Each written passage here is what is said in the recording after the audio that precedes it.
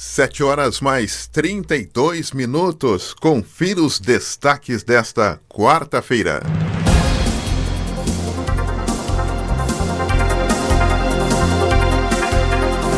E a maior cidade do Vale do Paraíba, São José dos Campos, fecha as últimas 24 horas sem novos óbitos por Covid-19.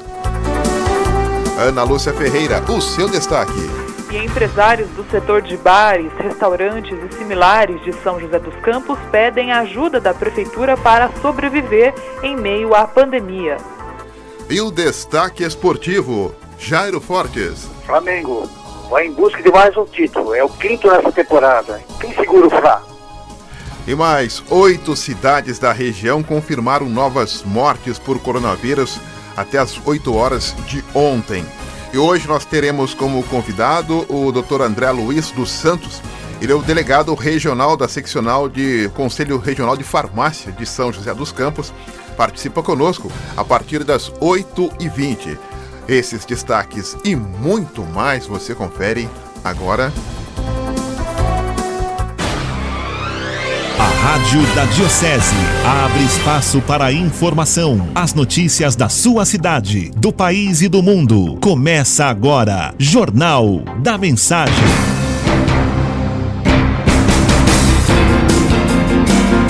7 horas mais 34 minutos. Olá, muito bom dia. Está no ar mais uma edição do Jornal da Mensagem. Hoje, dia 8 de julho de 2020, uma quarta-feira. 15 graus no momento. O jornalismo da Rádio Mensagem está só começando com a coordenação de Donizete Eugênio. A mesa de som é de Robson Barros, editoria de esporte de Jairo Fortes, a reportagem de Ana Lúcia Ferreira e a direção é do Padre Carlos Eduardo de Quadro. Jornal da Mensagem. Apresentação, Donizete Eugênio. E você, nosso ouvinte privilegiado, anote então o nosso WhatsApp. 974110125. Previsão do tempo. Para começar a quarta-feira, vamos então com a previsão do tempo, né? Para você que está em casa, para você que precisa aí realizar aí as suas atividades do dia a dia, mesmo nessa pandemia, também período de quarentena, mas tem muita gente que não tem jeito, né? Tem que sair mesmo para fazer aí as suas atividades. Então, segundo o CPTEC e INPE, hoje nós não deveremos ter chuva, probabilidade de apenas 5%. Temperatura hoje não deve passar dos 26 graus. Segundo o CPTEC, o sol vai aparecer entre poucas nuvens em toda a região e as temperaturas máximas estarão elevadas. Além das temperaturas altas, destaca-se também os baixos índices de umidade relativa do ar. Agora, para amanhã, quinta-feira, haverá mudança de tempo, hein? Com a chegada de uma nova frente fria. Estradas. 7 horas mais 35 minutos. Atenção, motorista, vamos então atualizar informações das estradas para você ficar muito bem informado. Ana Lúcia Ferreira, bom dia, Ana. Sim, Doni, bom dia para você e todo mundo que nos acompanha nessa quarta-feira. Vamos direto então à rodovia Presidente Dutra. Ao que tudo indica, pelo menos até agora, as neblinas, os pontos de neblina não têm sido tão acentuados, embora a gente tenha aí alguns registros, principalmente no final de semana aconteceram muitos registros de fogo em mato aqui na região de Jacareí, próximo ao bairro Jardim Emília, toda aquela região, e isso, claro, fica no ar, né, e prejudica bastante também a visibilidade do motorista no trecho, levando em consideração que nessa época a gente tem muita neblina. Mas até agora o motorista faz aí um bom caminho, sim, e não encontra grandes dificuldades. Nesse momento, a rodovia Presidente Dutra tem um bom caminho de São Paulo até o Rio de Janeiro. O motorista encontra apenas alguns pontos de lentidão, mas bem tranquilos na chegada à capital paulista, já reflexo aí desse aumento de movimentação de carros. E também nas demais rodovias que cortam a região não há registro de acidentes graves. Mercado financeiro. 7 horas mais 36 minutos e o governo anunciou ontem que excluiu do auxílio emergencial mais de 560 mil pessoas. Na lista estão presos e brasileiros que moram no exterior. O grupo, que quem recebeu indevidamente, tem quase 400 mil funcionários públicos. A Controladoria Geral da União descobriu as fraudes cruzando dados do governo federal com os tribunais de contas dos estados e identificou que 395 mil servidores públicos em todo o Brasil receberam indevidamente uma ou até 2 parcelas do auxílio emergencial, que é o benefício que só deveria ser pago a microempreendedores, autônomos, desempregados ou trabalhadores informais que tiveram a renda comprometida, hein? Segundo a Controladoria, o caso mais grave é no Maranhão. 85 mil servidores receberam benefício. Depois vem a Bahia, com 61 mil servidores, seguida da Paraíba, com 25 mil casos, e do Ceará, onde 24 mil servidores, funcionários públicos, receberam auxílio emergencial indevidamente. Esporte. 7h mais 38, abrindo a página esportiva, a editoria do esporte hoje, com ele, o intrépido Jairo Fortes. Bom dia, Jairo. Bom dia, Doni, Ana Lúcia, Robinho. Tudo bem, amigos? Tudo na santa paz e comigo? Tudo bem, Doni, tudo tranquilo. Hoje tem a final do Carioca, né, Taça Rio. Deve ter um amigo nosso tá super preocupado, torcendo contra, porque tá em bronca do Flamengo, não sei porquê, viu, Doni? Mas ele não quer ver o Flamengo ganhando, não, viu? Se é Flamengo, sou contra. Sou 10 vezes contra, viu, mano? Doni, esse jogo acontece hoje às 21h30 no Maracanã. O mando do Fluminense, esse mando foi feito por sorteio. O Fluminense vai com 2 desfalques pro jogo, vejo o jogo todo a favor do Flamengo, apesar de ser o mando Fluminense. O Fred e o Ganso não jogam, estão machucados. O Flamengo está sobrando, eu tenho dizendo isso há algum tempo já. O que é estranho no Flamengo é essas atitudes da diretoria, né, Doni? Porque como o jogo hoje é o mando do Fluminense, o Fluminense solicitou para transmitir da Globo, para transmitir o jogo pelo Flu TV, que foi concedido. O Flamengo entrou com uma pedida para também transmitir pela Flá TV. E parece que está conseguindo. Quer dizer, o Flamengo se envolve em coisas que quer tomar conta do futebol. Isso está criando uma imagem muito ruim. Os próprios dirigentes do Flamengo estão criando uma imagem ruim do Flamengo para as pessoas que acompanham o futebol. Não tem hora, não é o mando dele, o mando é do Fluminense. Mas mais uma confusão armada pela diretoria do Flamengo, que ultimamente quer ser o dono da cocada preta, né, Dona? Eu acho que o diretor do Flamengo está ouvindo o nosso jornal, viu, Jairo? Sabe por quê? O Flamengo vai disputar campeonato sozinho, vai jogar sozinho? Já com ele mesmo, né? Porque é o que está aparecendo, né, Dona? Está aparecendo. É incrível, né? Sempre eles querem ser tudo para eles, realmente, né? É um clube que está numa fase excelente, está bem financeiramente, mas tem que pensar que o futebol é coletivo, tem outros clubes. Então, tá essa confusão. O Flamengo já conseguiu a ação, vamos ver o que vai acontecer até a hora do jogo. O jogo acontece e falando do jogo praticamente, eu acho que o Flamengo é super favorito, tem uma equipe muito superior do Fluminense. O Fluminense voltou da pós-pandemia, não voltou bem, fisicamente não está bem, tem 2 desfalques importantes. Pelo que o Fluminense tem em campo, eu acho que é importante a falta de Fred e Ganso, né? Fred chegou há pouco tempo e Ganso já está há algum tempo lá. Vamos ver, hoje acontece as 2020. Vamos ver o que acontece, mas acho que o Flamengo já deve conseguir seu 5º título aí, Tony. Ô Jairo, você que é um especialista no esporte, me responda por gentileza. Você disse aí na abertura que o Fred e o Ganso não jogam porque eles estão machucados. Nós estamos há 100 dias de quarentena. Como que eles conseguiram se machucar na quarentena? Acho que o Fred caiu da bicicleta, viu, mano? E ele não falou pra gente. O Fluminense fez umas contratações esquisitas, né, Dona? Jogadores já com uma idade avançada, né? O Fred é da idade, mano. Tá, vou botar esse pessoal já tem um neném lá, já também já avançado. Eles já estão com dores musculares, não tem condição de jogo. Um jogo importantíssimo desse, o Fluminense investindo. Contratações não feitas, eu acho que tá por aí. O Fred deve ter caído da bicicleta, machucou, não vai pro jogo. O Ganso pode dar numa de Miguel, né? Porque tá disputando a posição lá com o Neném, não anda muito contente. Sei lá, são coisas de boleiro que às vezes você não consegue entender numa decisão. Já aconteceu isso aí. Caso o Flamengo vença, né, Dona? O Flamengo já é o campeão carioca, porque ganhou a taça semana bola. Vamos aguardar aí para ver. Dona, outra coisa importante é que os clubes discutem o Paulistão já de 22 de julho agora, reiniciar o Paulistão. E uma das preferências deles, das pedidas, é que o torneio seja sem rebaixamento. Eu acho que se vai voltar ao Paulistão, deve levar ele até o final, conhecer o campeão, quem tem que ser rebaixado vai ser, quem tiver de subir, suba. Eu acho que não tem nada que mexer em regulamento nesse momento, né, Dona? Então, Jair, é uma questão que dá para se discutir, porque todo mundo foi prejudicado, né? E no caso, as equipes que vão ser rebaixadas para o ano que vem também serão muito mais prejudicadas ainda. Talvez seja uma discussão interessante. Eu estou recebendo aqui do presidente do Sindicato dos Árbitros, Aurélio, que hoje às 11 horas tem uma reunião para definir aí a questão técnica do Paulistão, né? Da volta do Paulistão, não é isso? Isso mesmo. Então, está previsto que estão querendo voltar agora dia 22 de julho. Eu acho que realmente o clube foram prejudicado, mas nós estamos indo na rodada já, acho que duas rodadas para terminar o Paulistão da fase de classificação. Praticamente as equipes, a KN já está quase que definida, né, Dona? Ele vai dificilmente dar uma reviravolta aí. Mas vamos ver, um monte de coisa aconteceu, aconteceu nossa pandemia, isso prejudicou bastante o esporte, o futebol. Vamos ver que está uma decisão mais inteligente. No mercado da bola, Dona, que está tomando conta essa semana, duas possíveis transferências, né? O Dudu, que está aí para ir embora para o Catar, né? E o Jorge Jesus do Benfica. O Dudu pareceu uma proposta por empréstimo ontem de 42 milhões, depois ficaria com o jogador, mas definidos ainda não tem nada, né, Dona?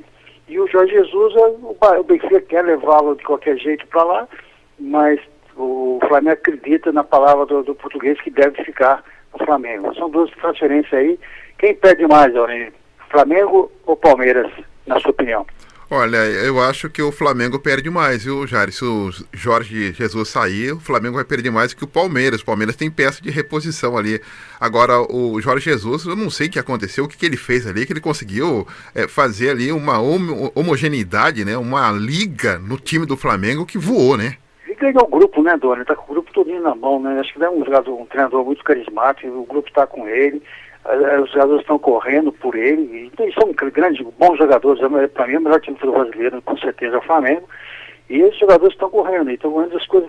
Quando as coisas, além de tecnicamente estar com uma grande equipe, o treinador está com uma mão certa, Dona, e tudo dá certo no Flamengo, né? Tem isso também no futebol, né? Você pode jogar o Flamengo, jogar mal, perder gol, mas ganha de 2-0, 1-0. É uma equipe bem postada, bem formada. Tem dois times, na minha opinião, que seria titular em qualquer outra equipe aí. Vamos ver, o Flamengo realmente. Mas o Jorge Jesus, vamos ver se fica realmente. Mas eu acredito que vai ficar até o final do ano. Falando em mercado da bola, o Gustavo Scarpa também pode sair do Palmeiras, outro episódio de saída. O Palmeiras está chegando propostas e pode acontecer desse jogador estar deixando o Palmeiras. Mesmo que o Palmeiras disfarça de Dudu ou Jorge Scarpa, a diretoria não pretende, Dona, fazer novas contratações. Tá? Entende que tem um elenco muito bom para disputar o campeonato esse ano. Vamos aguardar esse mercado aí, né, Dona? Ei, tá acabando o cartão de crédito ali do Palmeiras? Tem no sufoco, né? Estourou o cartão de crédito, é? Como diz um amigo nosso, uma hora a conta chega, né? Pensei que pandemia fosse só pra gente, né, cara? Ô, Doni, ontem vai rodar pela Europa, né? Na terça-feira, vários jogos. Passando rapidamente os resultados aqui, Doni. Às 14h30 nós teremos Valência 2, Real 1, Real Valladolid 1. Às 17 horas o Celta de Vigo empatou com o Atlético de Madrid 1. Na Inglaterra, às 14 horas, Crystal Palace 2 e Chelsea 3. Às 14 horas, Watford 2, Norwich 1. 16h15 horas, Arsenal 1 e Leicester 1. Na Itália, às 16h45, Milan venceu de virada Juventus 4-2. Um grande jogo, viu, Doni? Juventus fazia 2-0 no segundo tempo. O Milan virou para cima de Juventus 4-2. Aquele jogo que você tem emoção até a final. Eu tive a oportunidade de acompanhá-lo. Grande jogo de futebol, havia tempo que não vi um jogo tão emocionante como isso aí. E às 14h30 o Racing ganhou do Lazio 2-1. Eu estou preocupado, se na verdade, Dona, é uma notícia que eu quero dar aqui, não sei se eu dei, mas vou dar. Eu estou preocupado com o Douglas Araújo e com o João Bosco, Dona. Por quê, Jário? Eles estão tristes, o Tevez se aproxima da renovação com o Boca. Não vai mais despedir no Corinthians. Que isso? O Douglas estava fazendo campanha lá no Panorama Esportivo para assistir o primeiro jogo da volta do Tevez.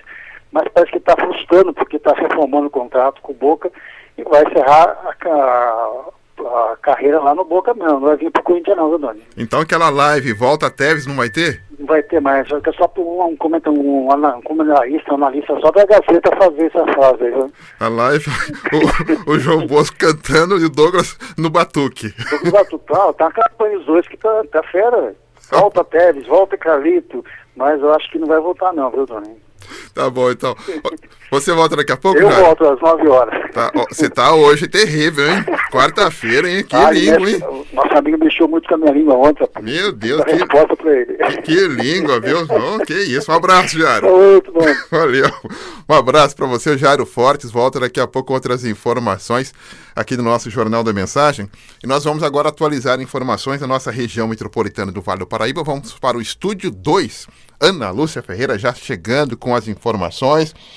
A gente não sabe onde está o alpinista, né? A gente sabe que o alpinista está subindo, se ele parou, se chegou no topo. E, logicamente, se houve os especialistas de contingência dizendo que o interior é que está complicado. Ou seja, o alpinista mudou de lugar agora. Oi, Ana, muito bom dia.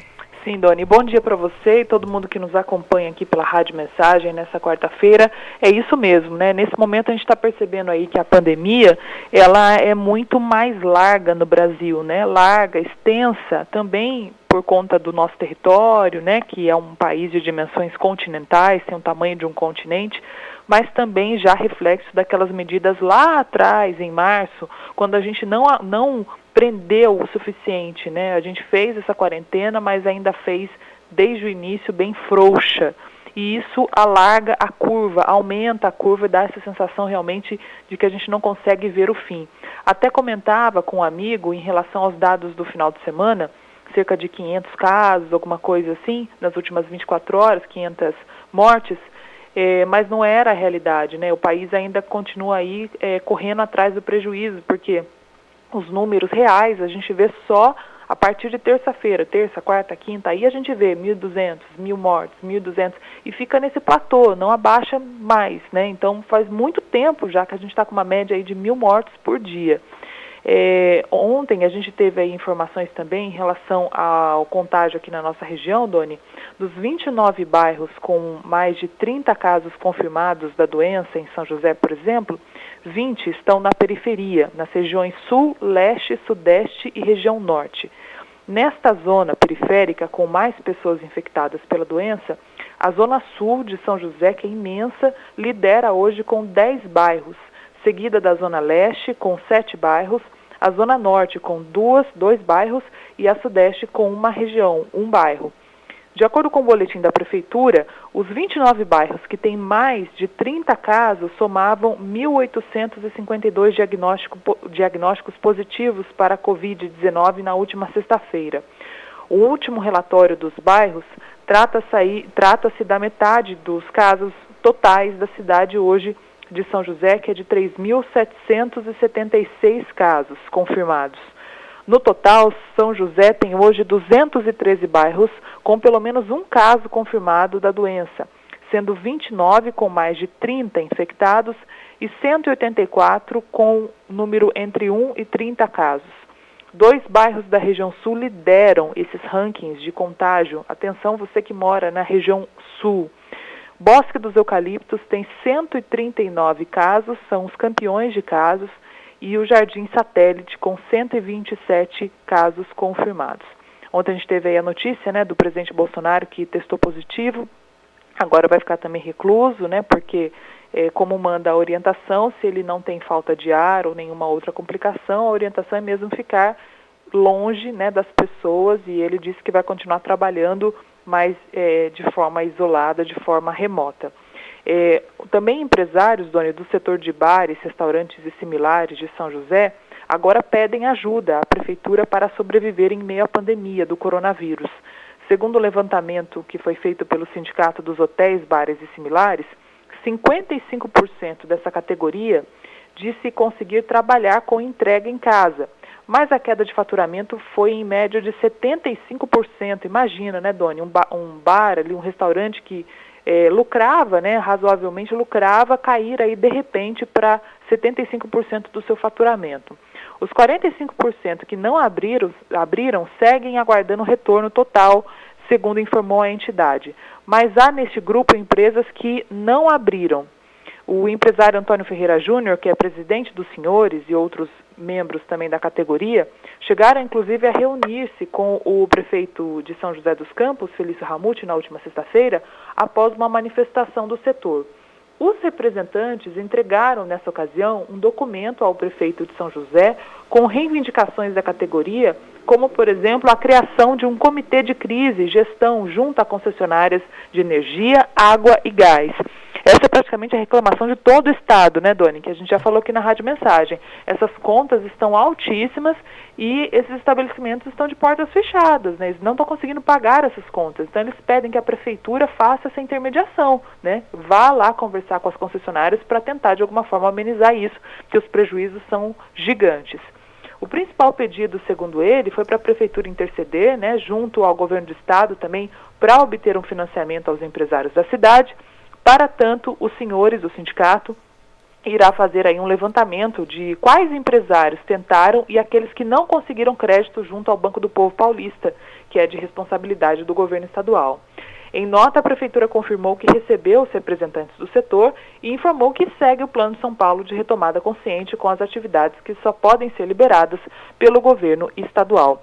Esse ponto também é muito importante, Doni, porque falou-se muito, né, de linhas de crédito, né, de financiamento para empresários, empresas, mas assim como muitos cidadãos não conseguiram o auxílio emergencial pessoa física, muitos empresários também não conseguiram qualquer tipo de empréstimo, seja pelo Banco do Povo ou por um banco privado, e estão aí à deriva tentando de alguma forma sobreviver, né? Como se diz assim, como se eles estivessem se afogando, né? São os menorzinhos e estão literalmente se afogando e não conseguiram de verdade, né? Por mais que os bancos façam aí propagandas na televisão, né? Mostrando que estão do lado dos empreendedores, isso não é uma realidade unânime hoje para todo o país. O dinheiro está seguro, né? Está sendo segurado aí por muitos banqueiros e isso vai gerar, infelizmente, uma quebradeira muito grande nos próximos meses. Infelizmente, né, e detalhe importante, o sindicato dos hotéis, bares, eles estão cobertos de razão, né? Até porque as prefeituras têm as suas secretarias de desenvolvimento econômico e é o elo mais próximo em relação a essa conversa com o próprio governo federal. Se cada um que tem um estabelecimento brigar por si, sozinho, nós vamos ter muito mais gente, muito mais filas para poder buscar aí o seu financiamento, o seu ajuda financeira. E no caso, as prefeituras poderiam fazer esse aporte, né, de um único estabelecimento conversar por todos. Talvez fosse algo importante. E esse grito aí que os hotéis, bares e similares deram em São José dos Campos ontem, justamente por conta disso. E a gente falava ontem sobre a questão do desemprego. Se eles não conseguem se reerguer ou reabrir, eles são obrigados a demitir.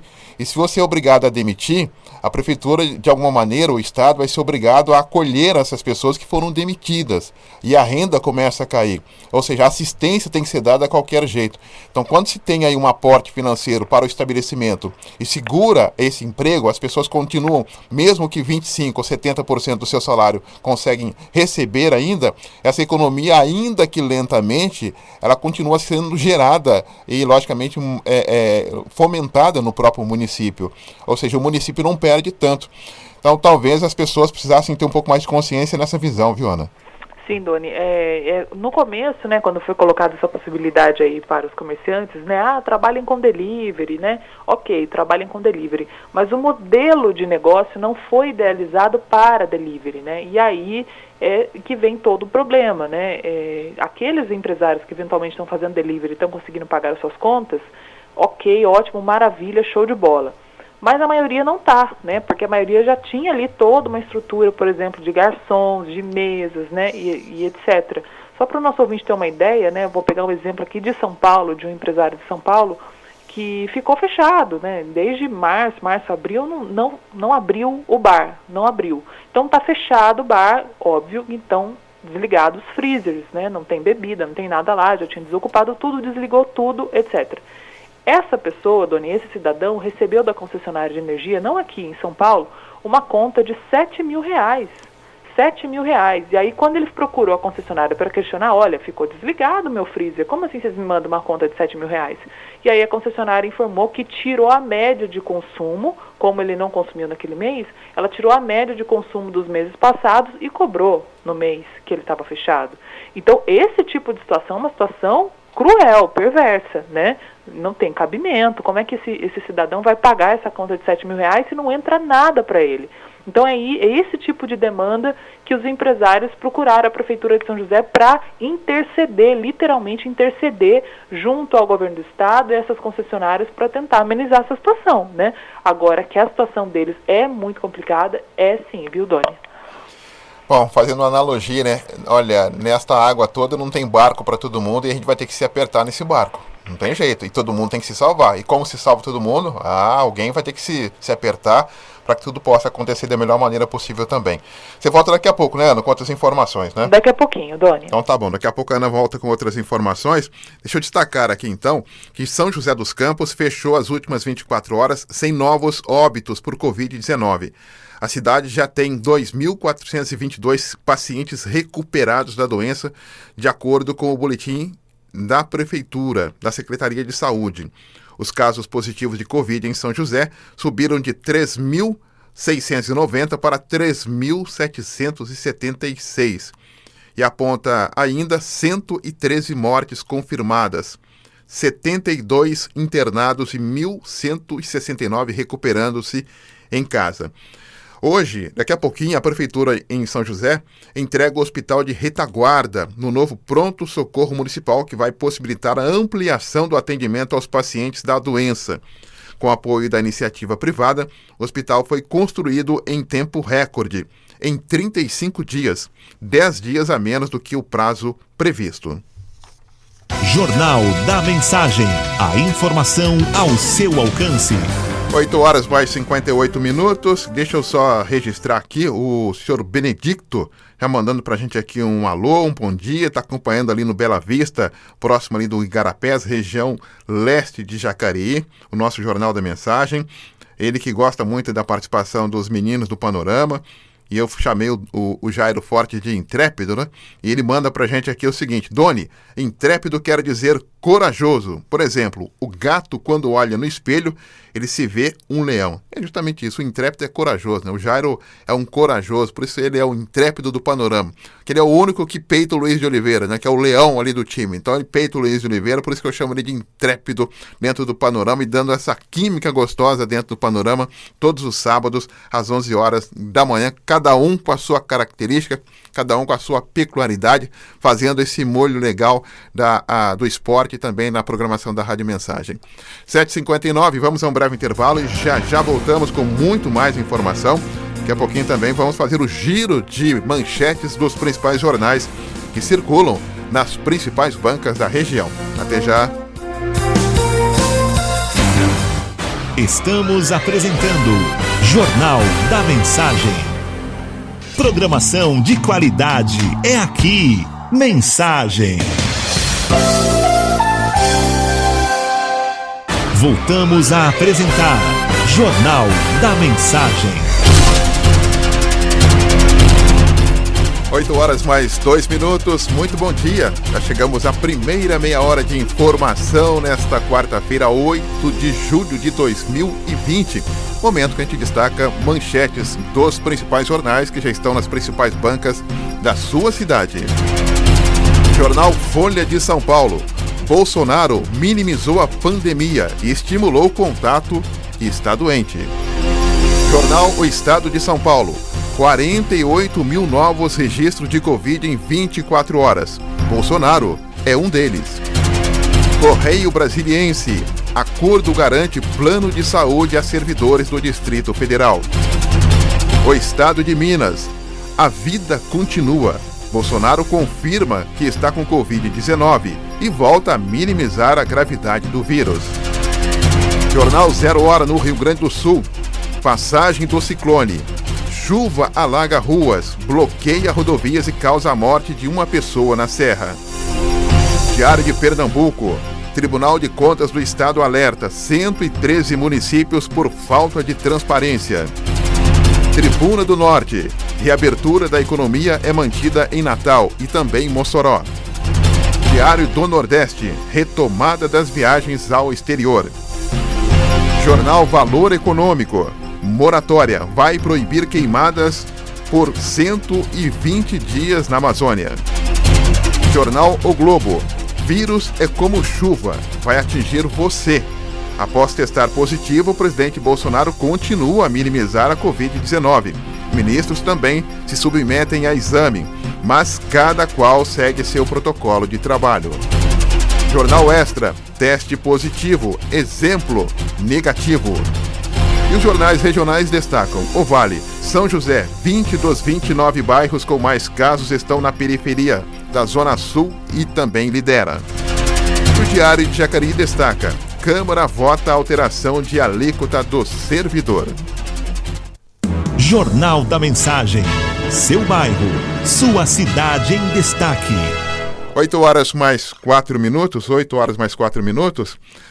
Nós que temos vários ouvintes, né, por toda a nossa região do Vale do Paraíba, e nós temos aí alguns ouvintes que desde o início da nossa Rádio Mensagem, da Rádio Mensagem há 27 anos, vamos completar agora 27 anos com Rádio Mensagem, sempre acompanha a programação da nossa Rádio Mensagem, né? E infelizmente nós perdemos uma dessas ouvintes assíduos da nossa Rádio Mensagem na última segunda-feira.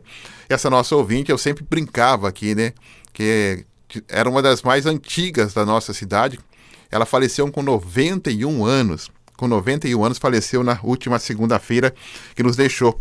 É a Dona Maria Fortes Junqueira. Dona Maria Fortes Junqueira sempre acompanhava a nossa programação. E um dado peculiar que tinha, né, em relação aos parentes da Dona Maria Fortes Junqueira, é que ela acompanhava o nosso Jornal da Mensagem, e sempre quando os filhos e netos chegavam na casa dela para fazer a visita da vovó, da mamãe, ela contava tudo o que aconteceu e tudo o que iria acontecer, porque ela acompanhava o nosso Jornal da Mensagem. Então, nossos sentimentos aí a toda a família, né, da Dona Maria Fortes Junqueira, de 91 anos, que nos deixou, está nos braços do Pai.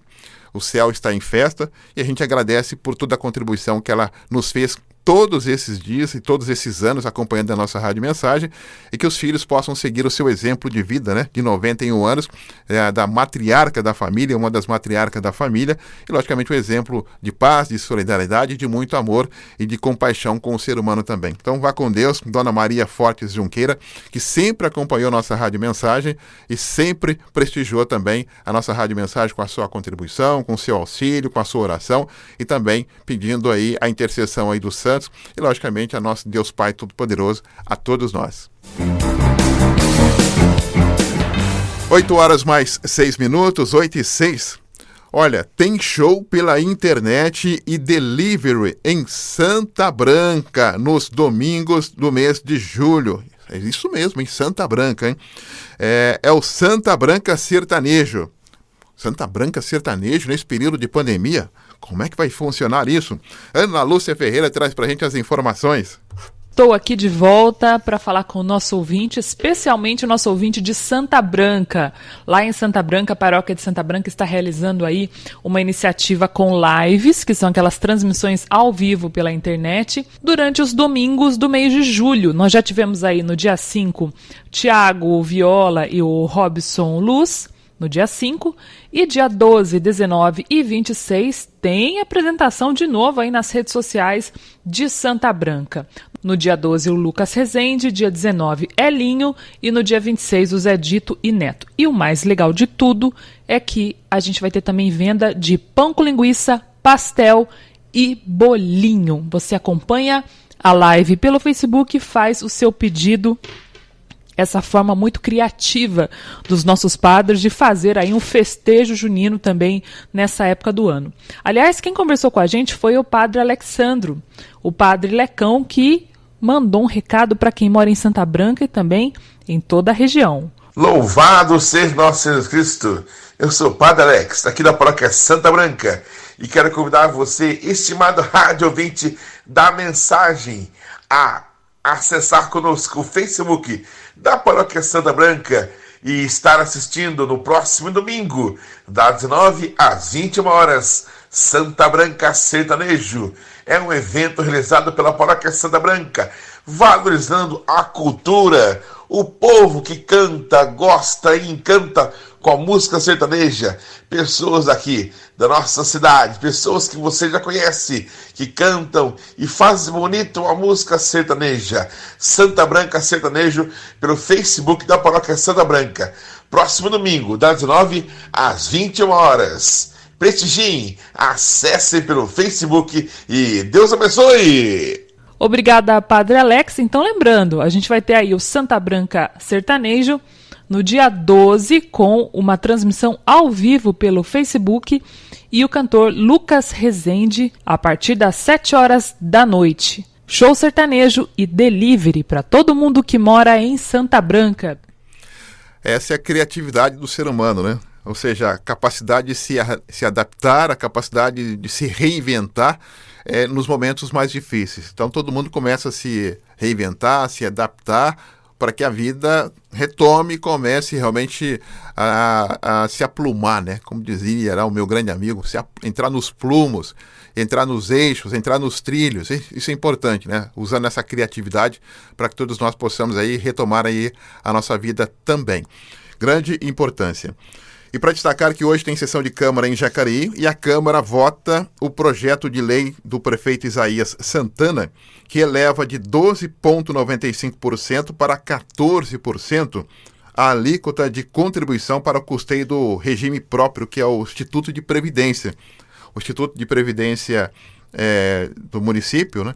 Para quem não conhece, é como se fosse o INSS, né? do servidor privado. Então, logicamente, é o que tem aí a aposentadoria, as pensões para o servidor público. De acordo com o Executivo, as alterações propostas têm por objetivo adequar aí a legislação municipal ao teor da emenda constitucional. Foi feita uma emenda à Constituição que todos os institutos precisam aumentar aí essa contribuição, essa alíquota, para aumentar essa sobrevida, para aumentar o seu fluxo de caixa, pensando aí nos servidores que irão se aposentar e, logicamente, aqueles que recebem a pensão. Lembrando, então, que caso seja aprovado esse aumento, essa alíquota, a alteração entra em vigor em 90 dias após a sanção da lei pelo prefeito da cidade. Jornal da Mensagem. Seu bairro, sua cidade em destaque. E a Guarda Civil de Jacareí reforça a importância da campanha Sinal Vermelho. Quem conta pra gente é a repórter Ana Lúcia Ferreira. E nestes tempos de pandemia aumentaram e muito os casos de violência doméstica. Esses casos estão acontecendo com mais frequência em praticamente todo o país. E as iniciativas também para, de alguma forma, acolher essas mulheres, né, e denunciar os agressores também aumentaram. Aqui em Jacareí a gente já tem aí um incentivo da Guarda Civil Municipal para aumentar a divulgação de uma campanha que surgiu ainda há algumas semanas atrás e que é muito fácil de ser aí aderida pelas mulheres que, de alguma forma, estão sofrendo violências. A gente vai conversar agora com o Adriano Santos, que é o secretário de Segurança e Defesa do Cidadão aqui de Jacareí, e ele vai explicar para a gente como é que funciona esta campanha, que não é iniciativa da Prefeitura de Jacareí, mas está contando também com o apoio da Guarda Civil Municipal. Adriano, muito obrigada pela sua gentileza. Como é que funciona essa campanha, a campanha Sinal Vermelho? Bom dia, Ana Lúcia, e bom dia, ouvintes da Rádio Mensagem. Essa campanha é uma iniciativa do Conselho Nacional de Justiça e da Associação de Magistrados Brasileiros. Ela foi lançada no dia 10 de junho. A importância da campanha Sinal Vermelho é promover ajuda a vítimas de violência doméstica, principalmente durante esse período de pandemia. O objetivo é que a população conscientize sobre essa modalidade de pedido de socorro e os agentes estejam atentos aos chamados da vítima. Na prática, como é que funciona? Como que a vítima pode acionar a sociedade e alertar para a situação de violência? Por meio de uma atitude relativamente simples, a campanha Sinal Vermelho consiste em apenas 2 gestos. Primeiro, durante a ida da vítima a uma farmácia, ela faz um X nas mãos. E, no caso, o atendente da farmácia, ao perceber, ele aciona órgãos de segurança, podendo ser o 153, Guarda Civil, e 190, Polícia Militar, reportando a situação. A mulher pode, por exemplo, utilizar ali aquele batom vermelho, sobretudo, que ela tem em casa, para desenhar um X na palma da mão. E aí, quando ela estiver na farmácia e eventualmente estiver com o agressor, ela mostra então a mão para o atendente. O atendente está orientado aí a quais medidas tomar. Lembrando que nós temos aí esse projeto que já conta com o apoio de 10 mil farmácias em todo o país. A gente está falando principalmente, Adriano, de grandes redes de farmácia, né? Sim. O Conselho Nacional de Justiça fez contatos com grandes redes de farmácias, orientando. Vamos receber materiais que serão distribuídos também para essas farmácias. E é importante que é o seguinte, visa oferecer um canal silencioso para as mulheres que consigam se identificar nesses locais e receber ajuda e demais providências, no caso da Polícia Militar e da Guarda Civil. Bacana. Então, olha, a campanha Sinal Vermelho, ela já está sendo aqui realizada na cidade de Jacareí. Como o Adriano bem orientou, a mulher que eventualmente esteja sofrendo alguma violência, ela não precisa detalhar aí o que está acontecendo, basta fazer um sinal, um X na palma da sua mão e mostrar a mão para o atendente dentro da farmácia. O atendente vai estar orientado sobre como proceder nesse caso e a Guarda Civil também já está orientada a resolver, a tentar aí de alguma forma interferir nessa situação de violência e quebrar esse ciclo de violência. Muito bem pensada essa campanha, levando em consideração que a mulher agredida está quase que sempre com o seu agressor próximo a ela, né? E essa mulher também, eventualmente, tem uma dependência financeira muito grande do agressor, o que também facilita esses casos de agressão. Lembrando, Adriano, qual que é o telefone da Guarda Civil Municipal para quem quiser tirar alguma dúvida? A Guarda Civil Municipal atende no telefone 153 e a Polícia Militar no telefone 190. Obrigada, Adriano. Bom trabalho aí para você. Bom dia a todos. De volta com você no estúdio, Doni. Obrigado, Ana, pelas informações. 8 horas mais 15 minutos, 8h15. Deixa eu só registrar aqui participação pelo nosso WhatsApp, que é o 974110125. Bom dia a todos aí da Rádio Mensagem. Bom dia, Doni. Moro na Avenida Vale do Paraíba e depois que asfaltou a avenida, o movimento de carro tem aumentado, moto também. E moto em alta velocidade está demais. Olha, o pessoal está empinando moto ali na Avenida Vale do Paraíba, aqui em Jacareí, né? Subindo como na descida.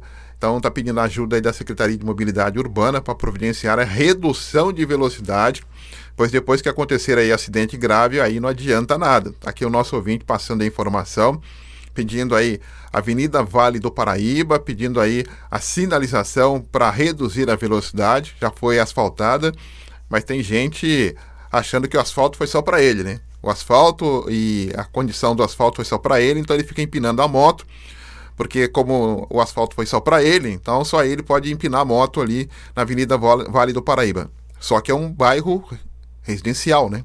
A Avenida Vale do Paraíba, embora seja uma avenida, ela corta um bairro, Parque Santo Antônio. Então, portanto, aí muita gente circula por ali. Então, há necessidade de colocar aí redutor de velocidade, faixas, enfim, tudo que é possível para que os veículos possam manter a sua velocidade dentro do limite permitido e dentro da segurança também permitida.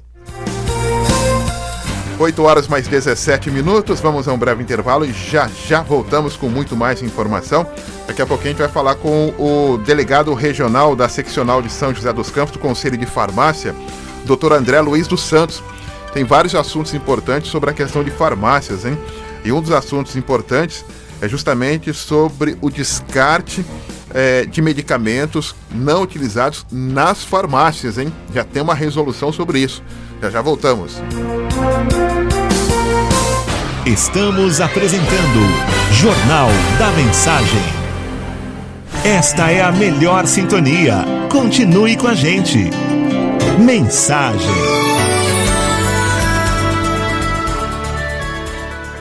Voltamos a apresentar Jornal da Mensagem. 8 horas mais 20 minutos, 8h20. Você também pode participar conosco pelo WhatsApp, que é o 974110125, e deixar a sua pergunta para o nosso convidado de hoje, que também está por telefone. O Conselho Regional de Farmácia do Estado de São Paulo, ele é uma autarquia federal e criada por lei e tem como principal atribuição fiscalização do exercício profissional do farmacêutico em todas as suas áreas de atuação. E também tem aí o delegado regional da seccional São José dos Campos, do Conselho de Farmácia, que já está conosco, o Dr. André Luiz dos Santos, que gentilmente nos atende mais uma vez. Dr. André, muito bom dia, muito obrigado por estar conosco ao vivo, hein? Bom dia, Doni. Bom dia, Donizete. É sempre um prazer estar falando da Rádio Mensagem. Nós aqui agradecemos. Nesse período de quarentena de pandemia, desde o início da quarentena e pandemia, as farmácias não foram afetadas em relação a fechamento, ao fechar, né, doutor André?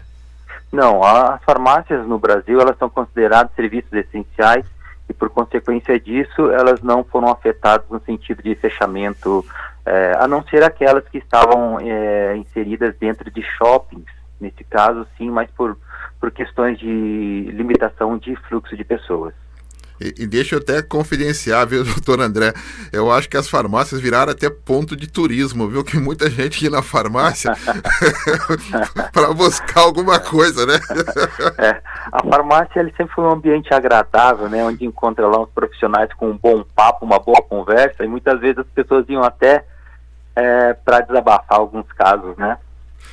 O farmacêutico que o diga, né? É um bom ouvinte, né? É um bom ouvinte, sim. Doutor André, um outro assunto que nós gostaríamos de abordar aqui no jornal é sobre justamente o descarte do medicamento nas farmácias. Já tem uma normativa, uma resolução sobre isso? Já está definido esse protocolo? Sim, Doni. No mês passado, o governo federal ele emitiu um decreto aí que vai estabelecer que as farmácias elas necessitam de fazer o recolhimento dos medicamentos de uso humano que estejam em desuso nas residências ou medicamentos vencidos também, que foram adquiridos aí nas farmácias, né?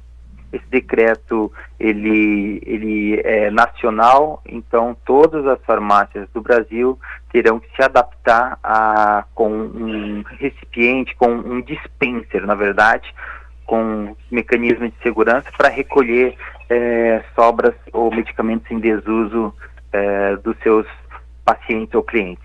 A partir de quando, então?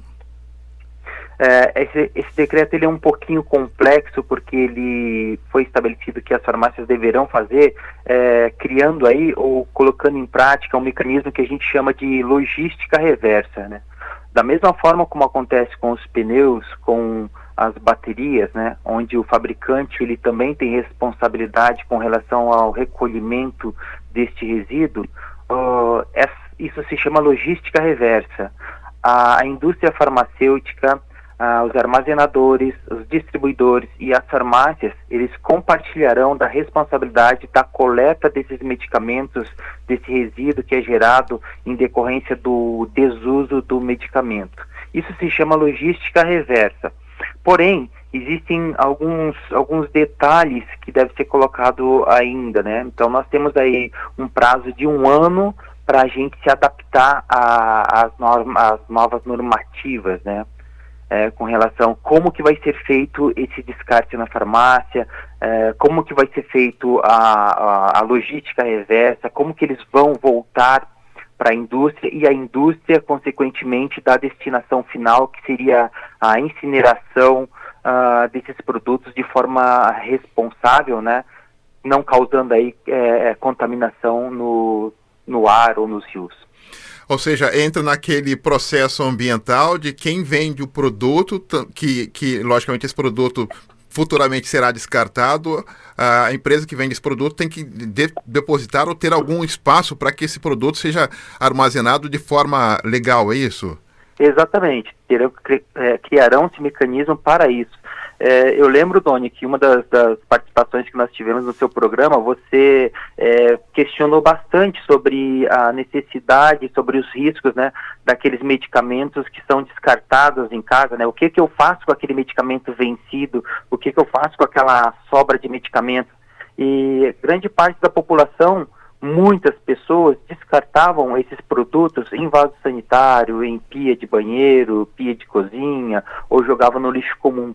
Isso nunca pôde acontecer, né? Não pode acontecer, e a partir desse decreto do governo federal, as farmácias, as distribuidoras, transportadoras e principalmente a indústria ou o fabricante têm a responsabilidade de fazer a coleta dessas sobras de medicamento aí, colaborando assim com questões ecológicas, né? Porque quando a gente descarta o medicamento em pias, em vasos sanitários ou então em lixo comum, esse medicamento, esse resíduo, ele vai para o meio ambiente, contaminando assim toda a questão ambiental aí, que é uma preocupação nossa também como cidadão. E a outra preocupação, doutor André Luiz, é justamente sobre a questão da utilização de medicamentos indiscriminadamente. E no Brasil, a gente sabe que o brasileiro sempre teve esse hábito ruim, né, claro, de se automedicar, mas agora com essa pandemia, algo tomou mais corpo por conta aí de medicamentos para tentar coibir aí o coronavírus por conta aí da cloroquina, que é utilizada aí para outros benefícios, não para o Covid-19. Mas vocês também estão preocupados com essa situação, né? Sim. O uso irracional, o uso irresponsável, né, do medicamento traz para o farmacêutico, não só para o farmacêutico, mas para o médico ou para as equipes de saúde pública, uma preocupação muito grande. Porque o uso irracional, ele gera consequências, desde dano à saúde do paciente, né, e até questões de medicamentos que deixam de fazer efeito, no caso dos antibióticos, né, a gente chama de resistência bacteriana também. No caso atual, quando a gente está falando de pandemia, a gente tem aí alguns medicamentos que, de certa forma, estão sendo usados de forma banalizada, né? Sem comprovação científica, sem metodologia, e isso pode causar uma consequência danosa. Há exemplo aí da politização de alguns medicamentos, né, que muitas vezes as pessoas escutam na TV, nas redes sociais aí, personalidades falando que usou tal medicamento, que é bom para isso, que é bom para aquilo, abrindo mão da opinião daquele profissional que deveria aplicar o tratamento, que é o médico, né? Uhum. Então, hoje nós temos aí um grande uso, né, uma grande procura, na verdade, da hidroxicloroquina, da ivermectina, que as pessoas querem utilizar por conta própria, mas isso não deve acontecer. O uso tanto da hidroxicloroquina ou da ivermectina só pode ser utilizado com um protocolo específico aplicado pelo médico e orientado pelo farmacêutico. Essa venda, ela é facilitada porque não há necessidade de uma receita específica, é isso? Veja, a hidroxicloroquina, ela foi controlada, agora ela só pode ser vendida com receita médica por conta dessa banalização, desse uso irracional, ou seja, começaram a falar que o medicamento era bom para Covid-19, né, fizeram todo aquele alarde, e o medicamento ele acabou sumindo do mercado, e aquelas pessoas que realmente necessitavam, né, aquelas pessoas portadoras de lúpus ou outras doenças crônicas que utilizavam, acabavam não tendo aonde comprar mais esse medicamento. A Anvisa, o Ministério da Saúde, optou por controlar esse medicamento e fazer com que a venda dele só fosse mediante a prescrição médica, né, com retenção de receita, e assim foi. Porém, existem outros fármacos, né, que também estão figurando as mídias das redes sociais aí, dizendo que ele é bom para a Covid-19. Lembrando que tanto a medicina quanto a farmácia se pautua em 3 pilares, seja segurança, eficácia e qualidade. Qualidade, segurança e eficácia. Isso a gente só consegue através de pesquisas clínicas, tá? Pesquisas, ou seja, estudos e muitos estudos. E o médico, ele só aplica um tratamento para o paciente se ele tiver certeza que o medicamento é seguro, eficaz e tem qualidade. De outra forma, dificilmente um profissional vai prescrever um medicamento que possa causar um mal à população. Isso estou falando em relação a esses 2 medicamentos que hoje estão em moda. Justamente, bota moda nisso, né? Terrível. Doutor André, a gente vai para um breve intervalo, a gente volta já com muito mais informação. Doutor André Luiz dos Santos, delegado regional da seccional de São José dos Campos, Conselho de Farmácia, participando conosco ao vivo aqui do nosso jornal, e a gente volta já. Estamos apresentando Jornal da Mensagem. Esta é a melhor sintonia. Continue com a gente. Mensagem. Voltamos a apresentar Jornal da Mensagem. 8 horas mais 35 minutos, de volta com o nosso Jornal da Mensagem nesta quarta-feira, hoje 8 de julho de 2020. O nosso entrevistado de hoje é o Dr. André Luiz dos Santos, delegado regional da seccional de São José dos Campos, Conselho de Farmácia, participando conosco, dando dicas importantes em relação a algumas novas resoluções das farmácias também em todo o Brasil. Pergunta que chega aqui pelo nosso WhatsApp, doutor André, é importante aqui, essa pergunta aqui do Gilson Nascimento, destacando o seguinte, em relação à questão do controle de medicamentos em relação à data de vencimento, já que nós falamos em relação ao descarte nas farmácias, mas como que as farmácias controlam essas datas em relação aos medicamentos vendidos? Sim, isso é uma atribuição do farmacêutico e ele controla o medicamento. Na hora que chega, ele verifica as condições do medicamento, se eles estão apropriados, desde o transporte do medicamento, a entrega dele na farmácia e a colocação dele nas prateleiras. Além desse controle na chegada do medicamento, o farmacêutico e sua equipe, eles fazem um controle de estoque, onde medicamentos que estão próximo à data de validade expirar, ele é segregado e esse medicamento, ele não, de certa forma, ele não é comercializado. Se o medicamento, ele chega a vencer, tem o seu prazo de validade expirado na farmácia, a farmácia ela tem um plano de gerenciamento de resíduo, onde destina esse medicamento vencido até uma empresa específica para fazer o recolhimento e destruição do mesmo. O doutor André, em relação, por exemplo, à questão da leitura das receitas médicas, eu me lembro que em tempos idos, né, que era escrita à mão, eu me lembro que só os farmacêuticos tinham essa capacidade de interpretar aí as receitas. Hoje mudou muito? Ainda continua sendo um grande problema, Tony. Infelizmente, a questão da caligrafia ainda é uma questão... Eu vejo que é uma questão cultural também, né? Que alguns profissionais ainda insistem em fazer uma caligrafia assim ilegível, né? Lembrando que isso é uma infração ética por parte do profissional que prescreve, né? Dentro das atribuições do Conselho de Ética do profissional prescritor, lá consta as questões de legibilidade da receita, ou seja, ele tem que prescrever de forma que o paciente entenda e que também o farmacêutico que vai dispensar o medicamento entenda. Isso evitaria muitos problemas, muitos riscos, muitos problemas de intoxicações e de erro de tratamento também, tá? Lembrando que existe também resoluções aí que dizem que as prescrições devem ser digitalizadas, mas, como eu falei para você, alguns prescritores ainda insistem em fazer algumas prescrições de forma manual, e dentre esses, né, e salvo muitos que escrevem com letra perfeita, né, bem redondinha, bem caprichada, né, ainda existem alguns que ainda insistem em escrever de uma forma assim, eu me arrisco a falar de forma irresponsável, né, gerando aí um risco ao seu paciente. A pergunta chegando, se existe algum protocolo de segurança para as farmácias em relação ao fluxo de pessoas que frequentam as farmácias, doutor André? Sim, o Conselho Regional de Farmácia, no mês de março, ele já estabeleceu uma diretriz para atendimento dos pacientes dentro da farmácia, onde a farmácia ela tem que estabelecer, né, um fluxo, né, medidas de segurança com relação ao fluxo de pacientes ou de clientes dentro da farmácia, evitando assim, ou minimizando assim as questões de perigo de contaminação.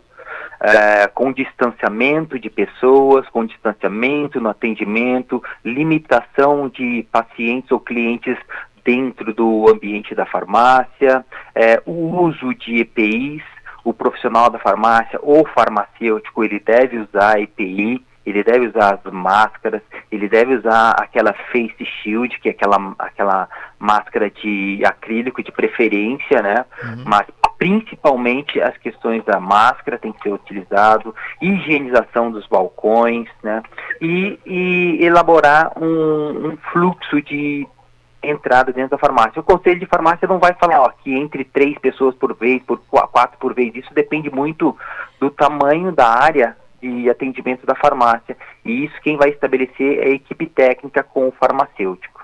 Bom, a gente iniciou a entrevista falando sobre a questão aí do descarte dos medicamentos vencidos, a importância dos medicamentos vencidos. É algo que chama atenção para as pessoas que têm medicamentos em casa e às vezes não se atenta para a data. E logicamente, o medicamento se venceu, aí ele perde a inutilidade e às vezes pode até fazer mal, né, doutor?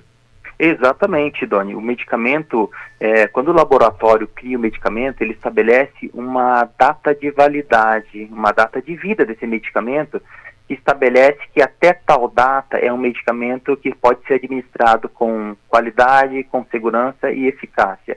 A partir dessa data, a partir do momento que o medicamento vence, esse produto, esse fármaco, ele começa a degradar. E a degradação, que é o estragar, né?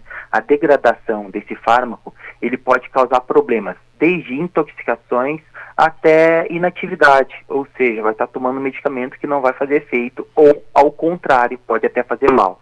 Então, o medicamento vencido deve ser descartado. No começo da nossa matéria, Doni, você questionou sobre o descarte de medicamentos.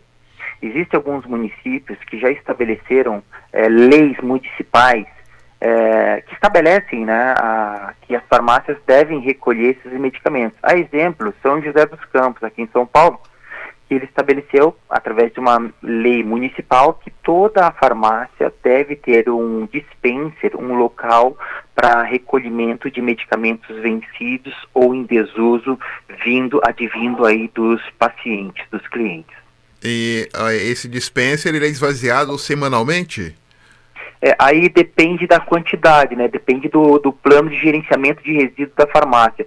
Tem farmácia que o dispenser ele acaba sendo preenchido em 15 dias e 20 dias, depende muito da quantidade de medicamentos que é recebido, tá? Mas o farmacêutico ele estabelece esse fluxo, né, através dessa empresa terceirizada que vem recolher esses medicamentos para dar um destino final, aí sem comprometer o meio ambiente. Na tua avaliação, doutor André Luiz, acabou ou terminou aquele pré-conceito com os medicamentos genéricos? A população tem aderido mais aos genéricos também? Sim, a população tem feito uma boa adesão ao medicamento genérico, sim. A gente entende que o medicamento genérico é um medicamento comprovadamente tem qualidade, segurança e eficácia, né? Essas três palavras é muito forte para o ramo farmacêutico. E só que nós só podemos fazer a intercambiabilidade, ou seja, trocar o medicamento de referência por um genérico, se houver autorização do médico ou do paciente. Então, se o médico prescrever na sua receita, né, na receita do paciente, que não é permitido trocar por genérico, então a farmácia não pode trocar. De outra forma, pode ser trocado sim, e a população tem aderido sim ao uso do medicamento, que tem feito um bom trabalho, vamos fazer assim, tem apresentado bons resultados clínicos e bons resultados também farmacoeconômicos, porque a população, de certa forma, consegue adquirir, ter acesso a esses medicamentos. E o interessante, Tony, que os medicamentos genéricos, mesmo sendo 35, 50, 60% mais baratos que os de referência, eles ainda proporcionam uma saúde financeira para o laboratório, para as distribuidoras e para a farmácia. Então, o genérico, e para o paciente principalmente, né? Então, o medicamento genérico ainda é um bom negócio. Eu perguntei, doutor André, porque às vezes, mesmo tendo autorização do médico para a utilização do genérico, a pessoa fica meio reticente em relação à utilização, né? Como se, será que é mais fraco? Não é, né? Ele tem o mesmo princípio ativo, né? Isso, ele tem, além de ter o mesmo princípio ativo, ele tem a bioequivalência, né, que é o mesmo princípio ativo, e tem a biodisponibilidade, ou seja, o mesmo tempo que esse princípio ativo demora para entrar na corrente sanguínea do medicamento de referência, o genérico também tem que ter. Esses tempos são iguais. Então, eles têm estudos que comprovam aí a sua eficácia e sua segurança, tá? A troca, volto a repetir, Tony, a troca desse medicamento de referência prescrito por um genérico só pode ocorrer em 2 casos, na verdade em 3 casos. Primeiro, com um médico não se opondo. Segundo, o paciente também não se opondo. Se o paciente falar, não, eu quero este da receita, tem que levar o da receita, tá? Não pode trocar por genérico.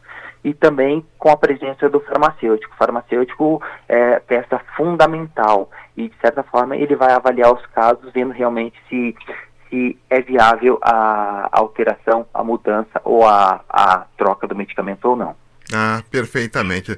Doutor André Luiz dos Santos, delegado regional da Seccional São José dos Campos, Conselho de Farmácia, hoje o nosso convidado. Eu só tenho que agradecer a tua disponibilidade nesta manhã. Muito obrigado, uma ótima quarta-feira, bom trabalho, hein?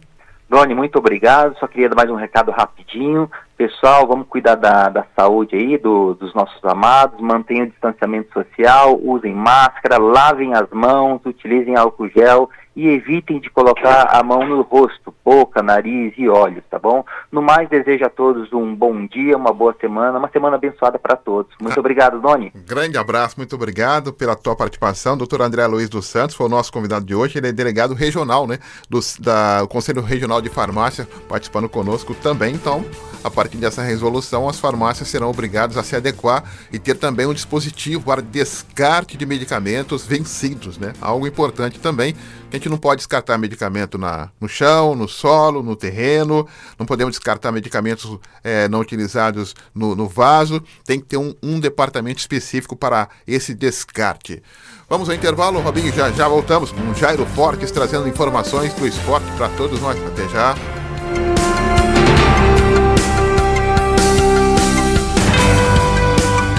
Estamos apresentando Jornal da Mensagem. A evangelização na medida certa. Mensagem.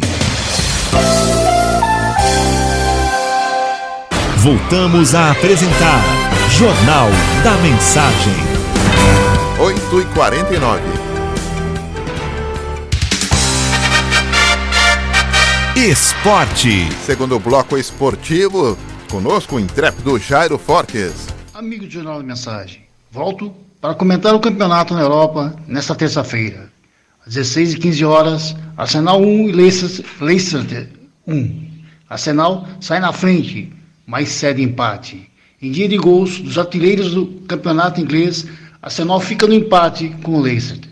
Este jogo, em jogo válido para a 34ª rodada do campeonato inglês, Arsenal e Leicester empataram em 1-1 sob muita chuva. O resultado foi pior para o time de Londres, que perdeu a chance de se aproximar do G6 da competição. O Leicester segue em quarto colocado. Ainda pelo campeonato italiano às 16h45, Milan 4, Juventus 2. Juventus abre 2-0 no seu tempo, mas Milan busca a virada espetacular e vence o líder italiano. Rabiot, com golaço, e Cristiano Ronaldo criam vantagem na etapa final, mas o time da casa marca 3 vezes em 6 minutos e vence no San Siro. Ibrahimovic deixa o seu de pênalti e dá uma assistência. Que jogo! O encontro de Milan e Juventus pela 31ª rodada do campeonato italiano foi daqueles perfeito para quem gosta de emoção. Outros resultados nesta terça-feira do campeonato na Europa. Espanha, às 14h30, Valência 2, Real Valladolid 1. Às 17h, Celta de Vigo 1, Atlético de Madrid 1. Na Inglaterra, às 14h, Crystal Palace 2, Chelsea 3. Às 14h, Watford 2, Norwich 1. Na Itália, às 16h45, virada espetacular, Milan 4, Juventus 2. Às 14h30, Lecce 2 e Lazio 1. Abraços, amigos. Volto às 10h30 com mais esportes. Valeu, Jairo. Um abraço para você. Muito obrigado aí pela sua participação. Você volta daqui a pouco às 10h30 da manhã, trazendo outras informações do esporte também. Deixa eu mandar aqui um alô, né, para Georgina, lá do Esperança, também sempre dizendo aqui que sempre foi sócia da Rádio Mensagem, representante, ouve a Rádio Mensagem todos os dias. Deus abençoe também. Muito obrigado aí a Georgina Monteiro do Esperança, também sempre participando conosco. Obrigado, viu, Georgina? 8h51, vamos para a redação de jornalismo, né? Ana Lúcia Ferreira atualizando algumas informações para gente. Oi, Ana, pois não? Sim, Doni, casos, infelizmente, de óbitos aqui na nossa região. 8 cidades da região confirmaram novas mortes por coronavírus até as 8 horas da noite desta terça-feira. Taubaté anunciou mais uma nova morte, tendo agora um total de 22, sendo um morador de outra cidade. Aparecida registrou o primeiro óbito e Tremembé confirmou mais uma, totalizando agora 4 mortes. Lorena registrou mais uma vítima e Atibaia também mais 2, chegando ao 13º óbito. Campos do Jordão também teve um novo registro e passou às 2 mortes. Cachoeira Paulista registrou a 3ª morte por Covid-19 e Potim também registrou a sua primeira morte. Os óbitos foram confirmados pelas prefeituras e ainda não constam nos balanços do governo estadual e federal. Jacareí chegou a 713 casos de Covid-19 no município, eram 699 nesta segunda-feira.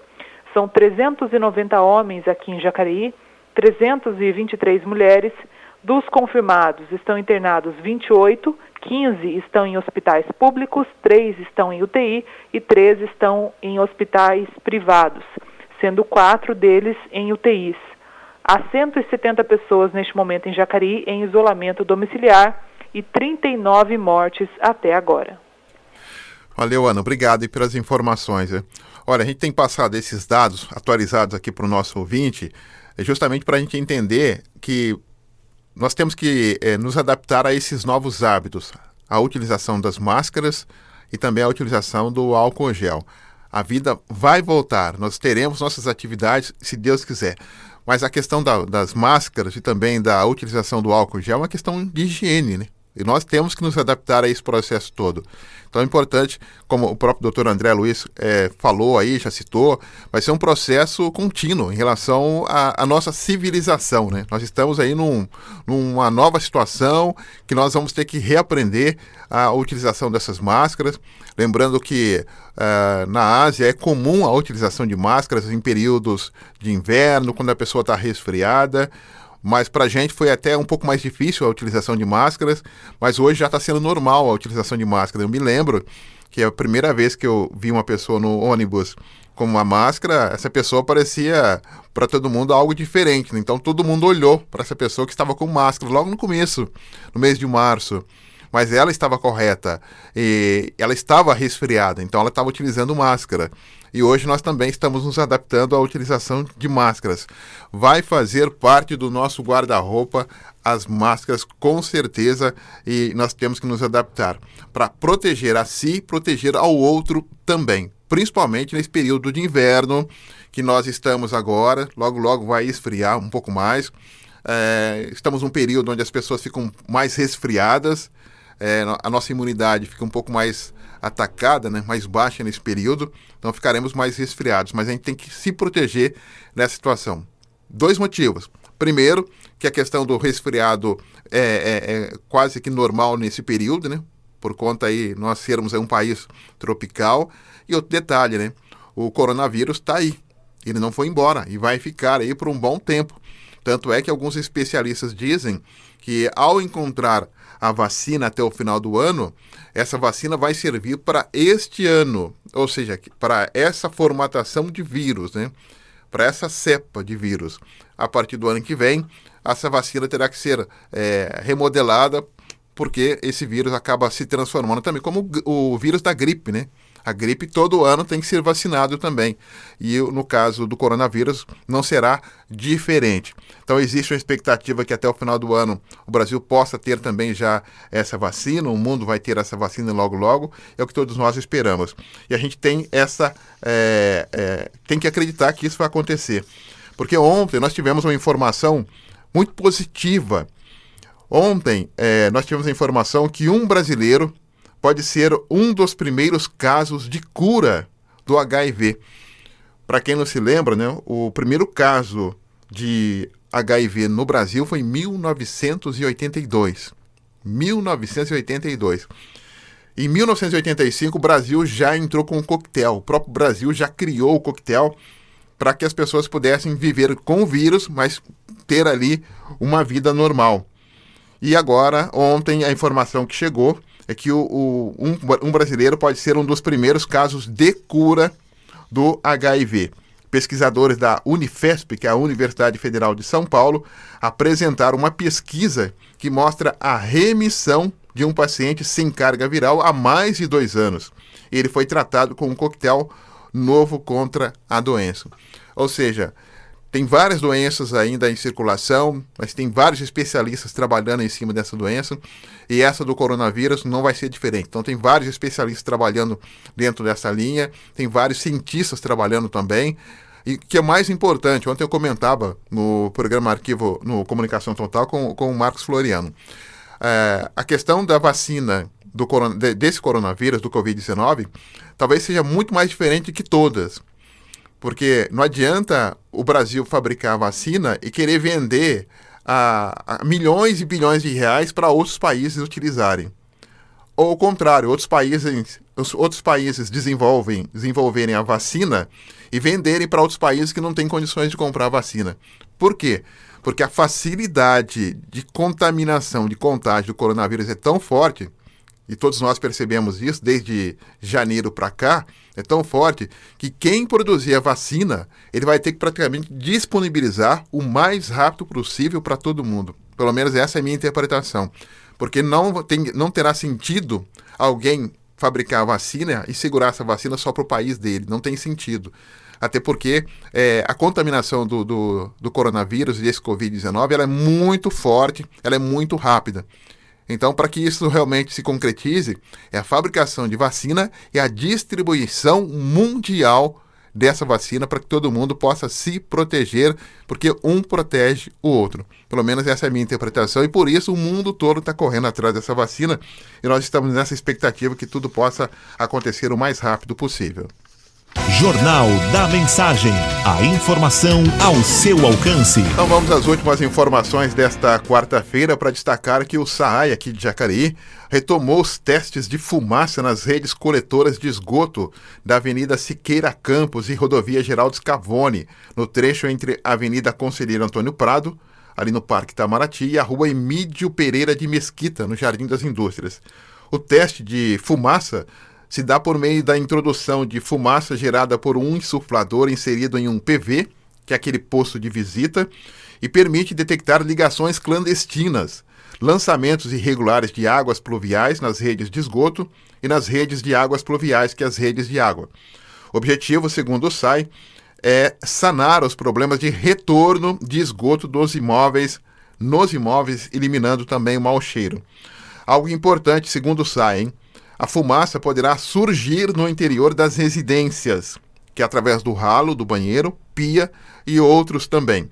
Nas áreas externas, ralo do quintal e tanque e outros. O SAAI informou que o líquido para insuflamento da fumaça não tem e não contém composto tóxico atmosférico, ou seja, ele não oferece riscos à saúde e também ao meio ambiente. Jornal da Mensagem. Seu bairro, sua cidade em destaque. E com essa informação, fechamos o nosso Jornal da Mensagem. Estaremos de volta daqui a pouco às 10h30 da manhã, depois ao 12h15 com o programa Falando de Vida. Um grande abraço, obrigado pelo carinho, obrigado pela sintonia. Estaremos de volta daqui a pouco ao 12h15 com o programa Falando de Vida.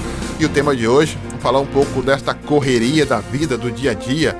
E a gente não tem tempo nem para olhar do lado, né? Não tem tempo nem para olhar para as pessoas. Por que será, né? Nós estamos nessa correria. Será que com essa pandemia nós demos uma freada, uma parada para olhar nas questões mais importantes da vida? Esse é o tema do Falando de Vida hoje. Um abraço, fiquem todos com Deus. Tchau, tchau. Você acompanhou o Jornal da Mensagem.